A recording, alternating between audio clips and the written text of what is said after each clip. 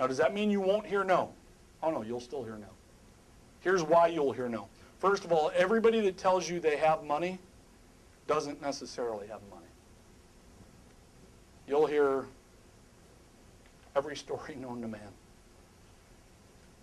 That doesn't necessarily mean what they're telling you is the truth. Some of them don't have capital. Some of them had capital, but their back's against the wall. Some of them gave you the meeting because they thought it was the right thing to do. We hear this all the time. People call our office, and what they say is, oh yeah, I've already started looking for investors, and I've already got $300,000. I said, oh, really? You've been given $300,000, you have the money in the bank? Oh, no. They committed to give me the money. Oh. What's that mean? Well, they told me that they liked my idea and that when I had more things ready, they'd give me money. Okay, everybody will tell you that. The reality is until the check gets put in the bank, there is no money. You cannot sell a concept to an angel investor without having the legal paperwork to do so, otherwise you could end up in jail. But when the person says, oh yeah, I'll give you $100,000, that doesn't mean anything. What that means is, yeah, they're interested, and yeah, I'm making you feel all good about yourself, but until that check actually gets deposited and clears, doesn't mean anything. So you got to get the money in the bank. You got to take it all the way to the goal line. Okay? It's not unusual for them to put in front of you certain guidelines and restrictions. For example, I'll give you $150,000, but you can't get the money out of the bank until there's more investors. That's not unusual. That's pretty normal stuff. Also, if somebody invests in your concept, it's not unusual for them to introduce you to other people because they don't want to be the only person sitting there. But you a lot of times have to ask. It comes back to the asking the girl if she's got a friend that will go out with you. Can you introduce me to other folks? And it is a process. I can tell you this from experience.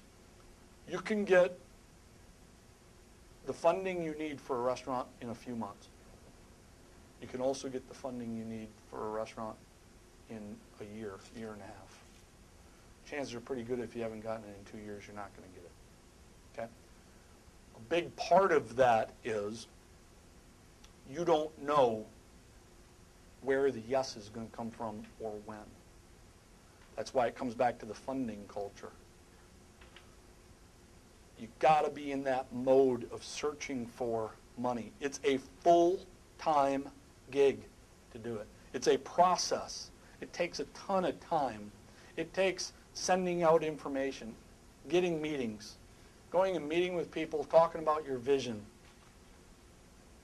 That's what it takes.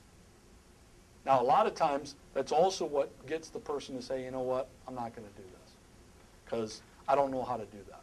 Well, but it's like anything else. You've got to be in the mode of learning. I think it's a pretty safe bet that if you've never opened a restaurant before, you may think you know how to do that, but chances are pretty good you don't. There's 2,416 items in opening a restaurant. Funding is part of that. There are steps within funding that has to make that happen. But that's usually where we lose people. That's usually where they say, I can't take the no. I can't take hearing no, or for that matter, I can't take asking for the check. I don't know how to do this. I'm not going to be able to do this. And what they do is they call us and say, will you do it for us? Yes. We do it for clients? Yes. We're expensive. First of all, we get paid in advance to do that, a retainer fee. And we're not brokers. So it's not like we broker a deal for you. We introduce you to the right people. You still have to go through your process because they're betting on the horse. You, not me. They're betting on you.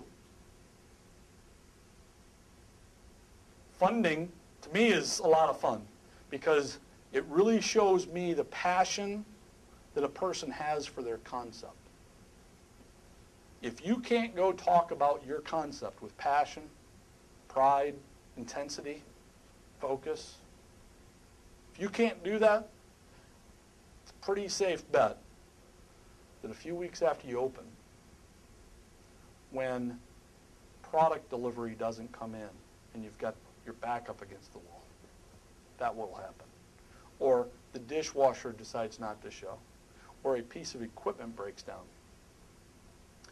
If you're not willing to put yourself out of your comfort zone to go chase capital for your concept, you also would not be willing to put yourself out of your comfort zone to work late nights, early mornings, doing jobs and responsibilities that you think you're above.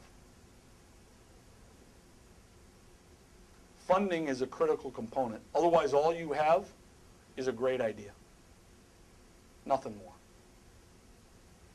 But everybody in every walk of life, not just restaurants, but every walk of life that has built a business has somehow had to deal with funding. In the restaurant sector, there are hundreds of thousands of restaurants across the United States. They all somehow had to get funding. They all had to go out and paint the vision of what they were trying to do. You're going to have to do that. And if you're going to do it, you might as well do it with intensity, passion, drive. That's what it's going to take. Good luck finding funding.